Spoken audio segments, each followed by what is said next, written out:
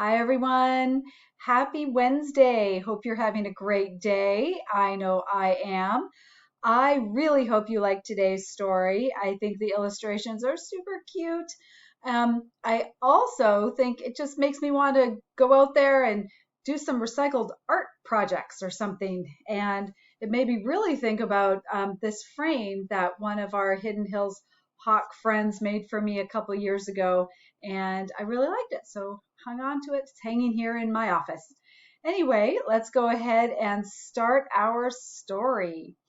It is called Sticks, and it's written and illustrated by Diane Alber.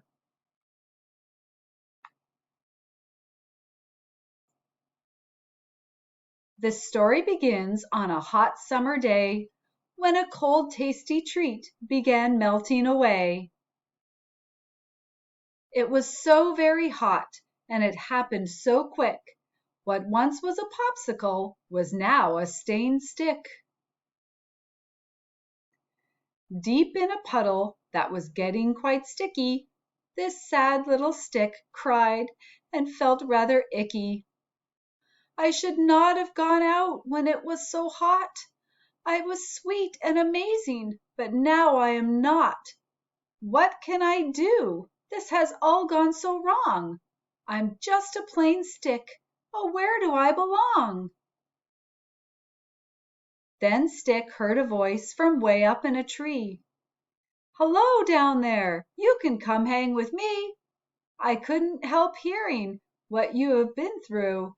My name is Twig, and I'm made of wood too.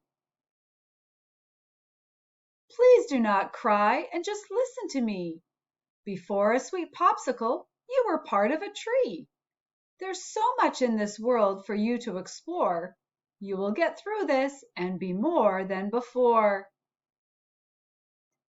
Twig quickly jumped down from the very tall tree and said, Stick, there is something I'd like you to see.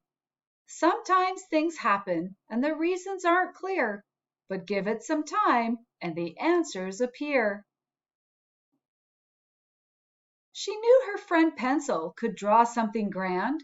Hopefully, he could help Stick understand. I was once a stick too, and nothing much more. But then one special day, I got a gray core. I didn't know how to draw, so I swirled a nice line, and then I discovered I'd made a design. You are amazing. Can't you see? I'm just a stain stick. My only talent was melting too quick. I cannot draw or do a fun trick. I'll always be just an icky, sticky stick. Twig knew she needed to show Stick even more, something amazing that he could not ignore. So they went to see Brush. He was once lost too, but now he could paint with red, yellow, and blue. Brush was a plain stick and nothing much more, but one special day he got bristles galore. Look at him now! Look at all he can do!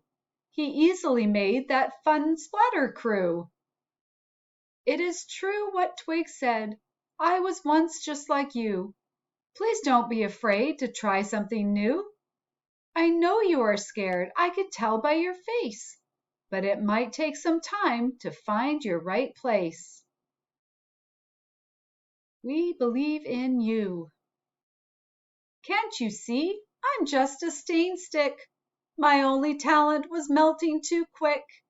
I cannot paint or do a fun trick. I'll always be just an icky, sticky stick. Listen to me. You are pretty great. Don't say I can't, say I can, and celebrate. I know you have not been a plain stick before. You have the chance now to be something much more. Twig saw that Stick was still very upset, so she thought they should go back to where they first met. Back at the sweet puddle of sugary goo, Twig thought Stick might find a good clue. Then Twig looked up. It's been there all along. That little stick house could be where you belong. Twig was excited. She ran up the tree and shouted to Stick, "Hurry up, follow me." Stick couldn't believe Twig had climbed up so high. "I've never climbed a tree, and I'm too scared to try." Just then a bluebird flew down to the ground and lifted Stick up without making a sound. The bird placed him gently in the last open space. Finally Stick found his new happy place. "This is where I belong. I can make art in a tree." It was quite a journey, but I'm glad to be me. Stick never forgot that one hot summer day, and was glad that his popsicle melted away. He made some true friends and beautiful tree art, and learned it's never too late to have a fresh start.